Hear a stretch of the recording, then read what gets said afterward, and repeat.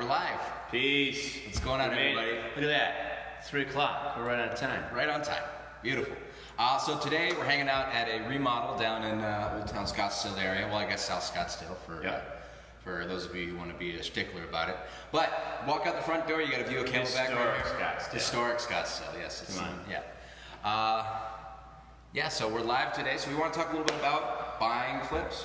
First of all, it's going to be 112 out today. Yes. I'm over here on Instagram too. Yeah. So we got two phones. We got Instagram on this one and then Facebook on this So on my way over here, I heard on the radio. Yeah. 112 today. So stay hydrated. But it's going to cool off on Saturday. Yeah. That's what they said. Cool off to what? 108. I was talking about that with some buddies the other day, and it was like, it was only 100 today.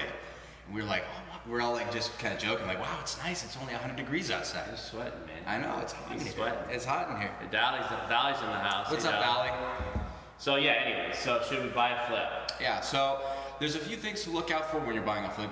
Chief, most importantly of which, I should say, is how good the quality of the work has been done.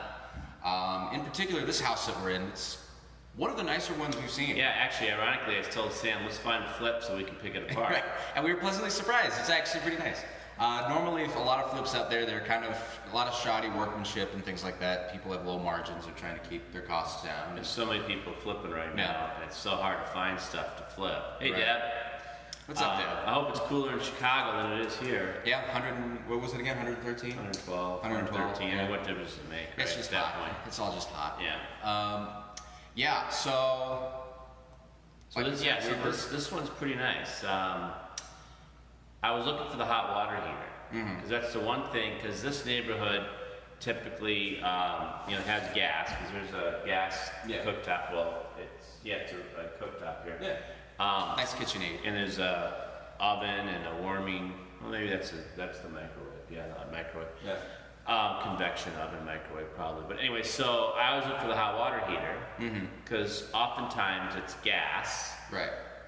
And they're not elevated 3 feet off the floor like code says, right? Right. And this is stuff that'll come up in an inspection. A good inspector will note something like that in an inspection report. Right, Dolly. A good inspector will pick that up. What did she say? Dolly. Need a good home inspector when you're buying a flip. Yeah, that's exactly right. Dolly's husband's the home inspector that we use. So that's a good segue into one point I wanted to make is with flips. And what's considered a flip? Well, a flip is a home that is sold within a year of repairs being made in order to make a profit, and also within a year of it being purchased. Right. Yeah. And then also, there's certain stipulations. If you're planning on doing a flip and you're going to be spending more than $1,000 on the work, you need to have a licensed general contractor to do that work. Otherwise, you could be liable for any issues that might arise with the home, defaults and stuff like that. So you need to, or you should? I guess you should. Ideally, you should, just to kind of have that shield of protection. And not only that, then it shows. It's in this house here.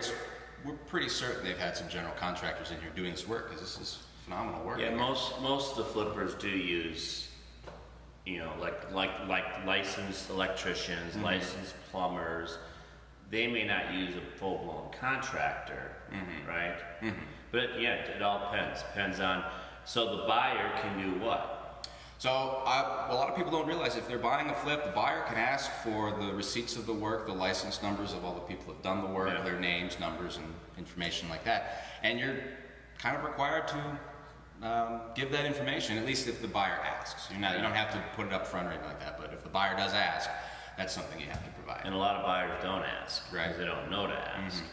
So, but that's why you have an inspection done, right? Right, and there's a lot of things in buying a home that is to protect the buyer, and the due diligence period is one of them. Well, and excuse me, guys. And that's the thing. It's the buyer's responsibility, to do their own due diligence, right? Yep. That's the buyer's job. Now, the listing can say certain things, right? But doesn't mean it's true. It's true. No, exactly. Sometimes things can be misunderstood. You might look at the tax records. Tax records might say that the house is 2,500 square feet. Well, maybe there was an addition that no one was aware of, or maybe no one has measured it in a long time, so You were telling a story of some guy buying land, like a big plot of land, and it said it was whatever it was, like an acre.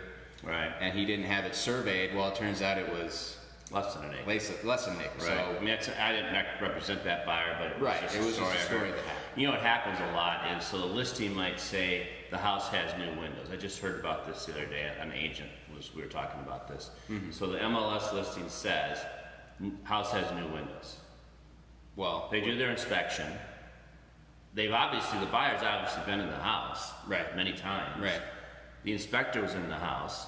It doesn't have new windows. I mean, that's something that's pretty obvious, right? So, They've been there since it was built. so that buyer, during the inspection process, wanted the seller to put new windows in the house because the listing said it has new windows.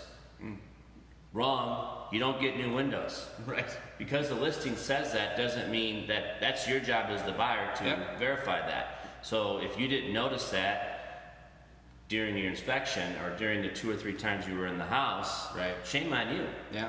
And no, it's important to do your due diligence. And your agent should point that out. Well, hey, the listing says new windows, but this doesn't have new windows. Right. Right. No, sure. And that's, again, part of the inspection period, final walkthroughs and things like that. Right. What about seller disclosures? Oh, thank you. I was trying to think of what I was going to... That's why I have notes. Yeah, he's got the notes. So seller disclosures. Another thing about flips is you see a lot of things in the listing where the agent's saying that they're waiving the spuds and the clue report. So for those of you who don't know, clue report is the insurance claims history. And the spuds is seller disclosures. not potatoes. Yeah.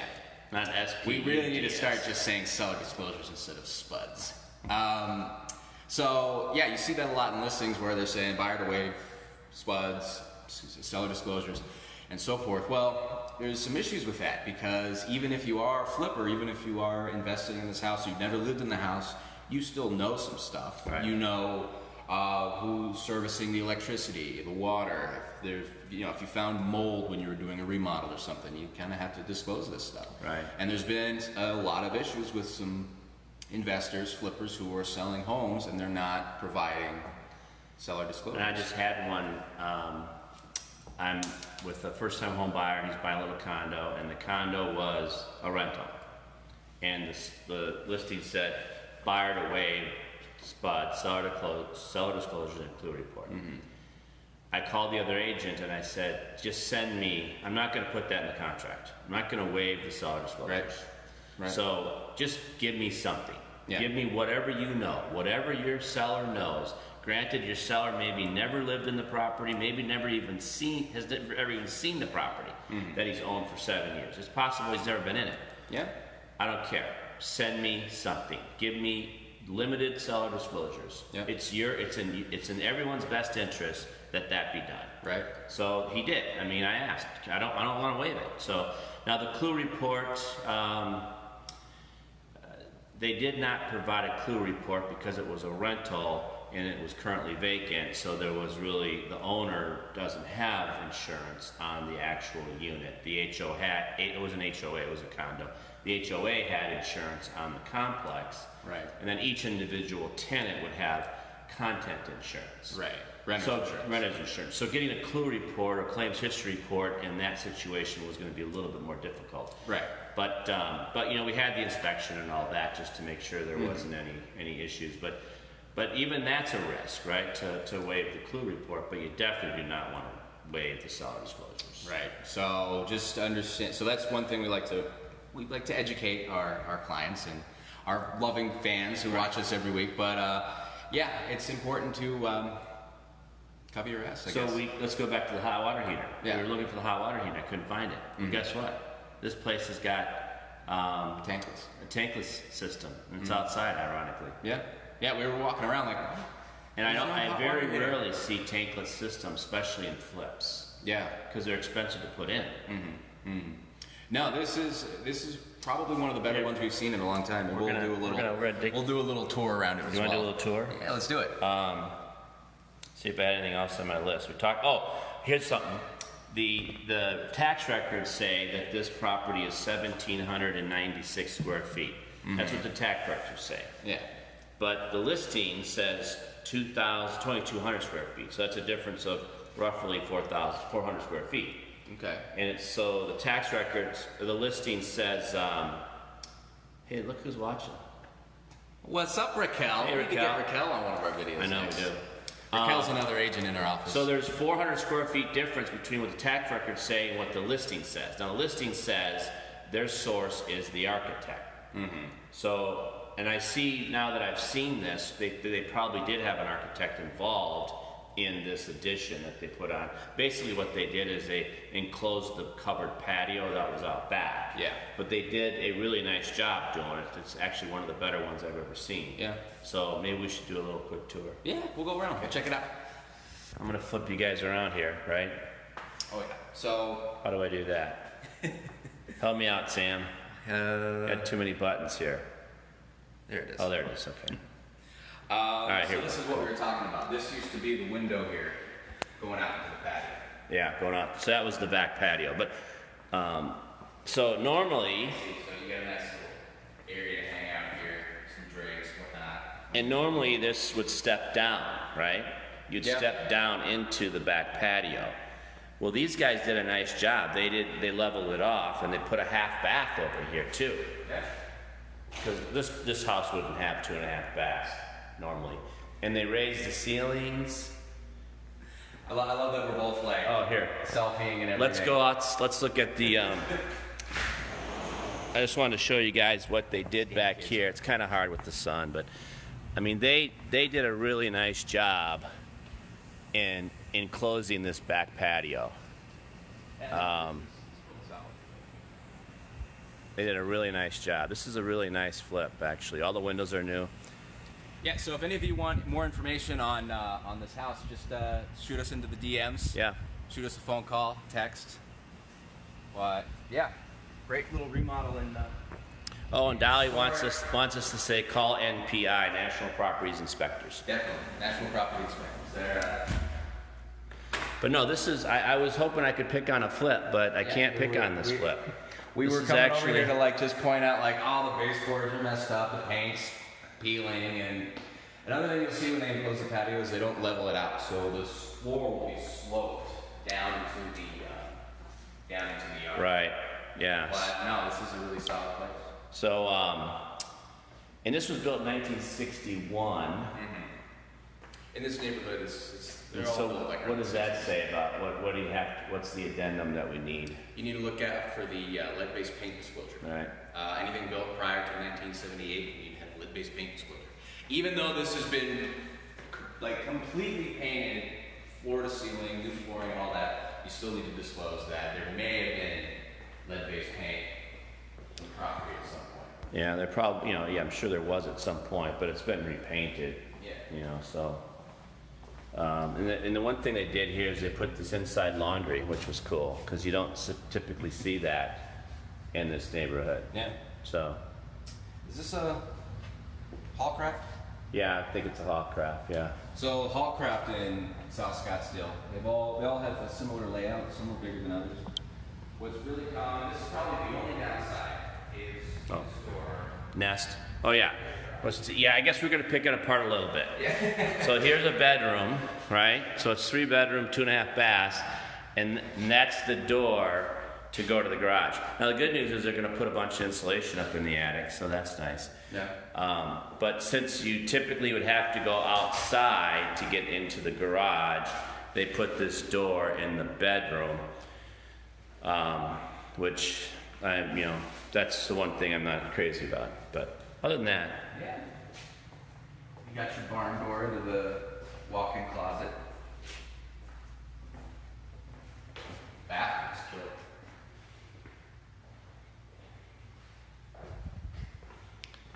yeah, it is a nice bathroom.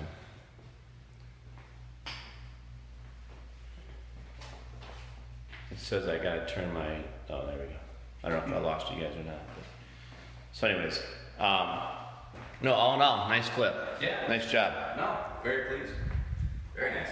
Yeah, so those are some tips on buying flips. Just, you might want to do a little more, well, you always want to do as much due diligence as you can, but anytime you see an agent listing or anything like that saying you're going to waive the spuds, the seller disclosures, the clue report, don't don't ever do that. I ask for something because they know some things about the house. They might not know everything. They may not have lived in the house, but everybody knows something about a house, right? Well, yeah, they know something. Something. Something. So, what else we need to talk about? Flips. Oh, and a lot of these agents, of course, they're they have licenses too. So, they should give you the seller disclosures just to protect themselves. Right. And they'll also disclose that property is being sold by an owner agent. Right. That the owner, the seller, is a licensed agent in the state of Arizona. And this is a great area. This Old Town, Old Town, South Scottsdale, historic Scottsdale. Whatever you want to call it. What is it? I just say South Scottsdale. Sam lives in I'm actually just down the street from where this house is. So, yeah, we've done a lot of business in this neighborhood. So yeah, great neighborhood, nice and quiet. Like I said, a lot of these houses, you walk out to your front porch, you're looking at Camelback just down the street. Yeah. We're right around 86th and Chaparral area. Really nice. You got all those parks and everything, easy shopping. You're right by Old Town, so if you want to go out and party on the weekend, that's really easy too. Freeway's just down the street, the 101. An Uber from here would be like $5. Yeah. So it's Spring not good. training baseball is just up the street. Yeah. So For rentals as well, especially vacation rentals, this is a great neighborhood for that. good point. This would be a really good VRBO. This was something like anything in this neighborhood. They're all typically around 3-bedroom, 2-bath. But if it's done up nice, if you're going to rent it out for spring training, you could really You could probably get what? You could probably get $2,500 a week. Sure. Maybe more than that. Especially if you have to furnish it, of course. Yeah, you have to furnish it. You could even do it during like the Phoenix Open and all You that. could probably get more than $2,500 a week. Sure. Here. If you had a pool and everything. You No could. pool, but Yeah. Then not this one in particular doesn't have pools. A lot of the homes out here when they were built didn't have pools initially. right. But a lot of people have been adding them over time, so you can find them. But this neighborhood would be great for a VRBO type Yeah, it situation would or an Airbnb. In this addition, you could even put beds in there because ideally the Airbnbs you want to be able to get as many people in because then you could charge more, Yeah, right? That's the idea. That's So, the idea. Yeah, and with the half bath that they added, that was a nice touch. So. Yeah. So Hit up Sammy if you want to know more about it. I'm your South Scottsdale, historic Scottsdale. I gotta start saying historic Scottsdale. It has a nice what's your little phone number? Has a nice little ring. Give me a call 480-268-4099, or as always, just slide into the DMs. I'm always on that gram, looking for the next deal. Yep. And then Dave as well, 602-717-0796. Impressed that you know the number. Yeah. I don't know his number. I know that and the house number, mom's number. Remember when we used to remember? Well, Sam's too young for this, but I'm not. I used to. You had to memorize I phone had numbers? like 20 phone numbers memorized. Now I don't even know my own phone number. Right. So All right, cool. Anything else you want to go over? we'll real look quick? at my list. I think we covered it all. Yeah. Due diligence. Buyer's responsibility to do their due diligence. No, definitely, and it's part of our job to kind of help guide. I mean, when I say the process. buyer, I mean the buyer and their agent. Right. And we typically suggest things that are just common that, come up, but it's also important to just sit down and consider what's important to you, because pretty much anything that's considered a material fact is Right. something that might impede your enjoyment of the house. And if that means it's too close to a busy street, or airplanes fly overhead, or if there's a death on the property, which that's kind of a whole another thing, but Yeah, they don't have to disclose that. they're not required But to if disclose. if it's important to you and you want to ask that question, then you certainly could ask the seller Yeah. that question. So. They're not required to disclose that up front, but you're only required to be untruthful. So if somebody asks, well, actually, I had a listing truthful. To be truthful, Right. yeah, I should say, yeah. But I always ask. I actually ask if I'm doing a listing. I ask, are you aware of anything? And then if somebody does ask, we'll just be truthful about it. You're better off Right. you can never over disclose. Correct. Nobody can sue you for over disclosing. Correct. So, all right, you guys. All right, Thanks cool. for watching. Appreciate you guys. We'll be here next Thursday. Maybe we'll think of something a little more, something like this. We'll be out in the field. Maybe we'll go find a flip we can pick apart. Let's go find. Yeah, we'll find. Maybe we'll do that. Yeah, I'll start looking. I'll find some stuff that's that we can pick apart. Might be kind of fun. Yeah. So. Yeah. All right, guys. Thank you so much. We'll see you next week. Peace. Peace.